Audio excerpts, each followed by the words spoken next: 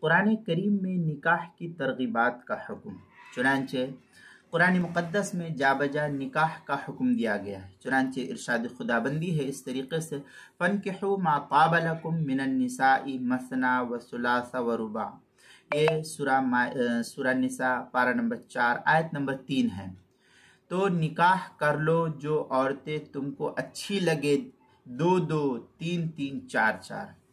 دوسری جگہ اللہ تعالیٰ کہتا ہے وَأُحِلَّ لَكُم مَّا وَرَاءَ ذَلِكُمْ ان تبتغوا باموالکم محسنین غیر مسافحین، یہ بھی سورہ نساء کی آیت ہے، پارہ نمبر 4 آیت نمبر 23 ہے۔ اس کے اندر کہتا ہے اللہ تعالیٰ اور حلال ہے تم کو سب عورتیں ان کے سوا بشرطے کہ طلب کرو ان کو اپنے مال کے بدلے قید میں لانے کو، نامستی نکالنے کو۔ قید میں مال کے ذریعے یعنی نکاح کے ذریعے اور مہر کے ذریعے سے۔ تیسری جگہ اللہ تعالیٰ کہتا ہے وَمَن لَّمْ يَسْتَطِعْ مِنكُمْ طَوْلًا أَن يَنكِحَ المحسنات المؤمنات فَمِمَّا مَلَكَتْ أَيْمَانُكُمْ مِن فَتَيَاتِكُمُ الْمُؤْمِنَات، اس طریقے کی عبارت سورہ نساء پارہ نمبر 4 آیت نمبر 25 کے اندر نقل کیا ہے۔ ترجمہ ہے اور جو کوئی تم میں سے مسلمان بیویوں کو نکاح میں لانے کی استطاعت نہ رکھے تو نکاح کر لے۔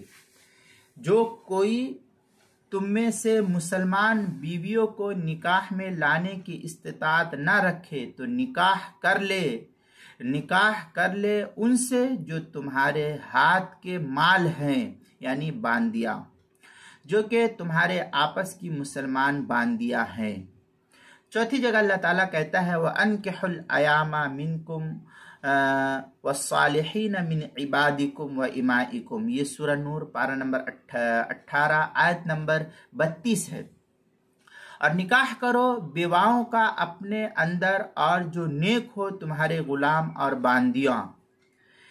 یہ آیات اور ان جیسی دیگر آیات کے اندر واضح طور پر یہ دلالت ہو رہی ہے کہ عفت اور پاک دامنی حاصل کرنے اور توالد اور تراسل کے مقاصد سے نکاح کرنا، اور اللہ تعالیٰ کی نظر میں یہ چیزیں نہایت محترم بشان معاملہ ہے کہ انسان کی عزت، پاک دامنی، حیا سب کچھ باقی رہے گی اور دنیاوی نظام بھی رہے گا، اور اس طریقے سے ایک دوسرے کا تعاون بھی ہوتا رہے گا۔ یہی نظام عالم ہے۔ اس سے یہ معلوم ہوتا ہے کہ اللہ تعالیٰ نے نکاح جیسی اہم عبادت کو قرآن مقدس کے اندر بیان کیا ہے۔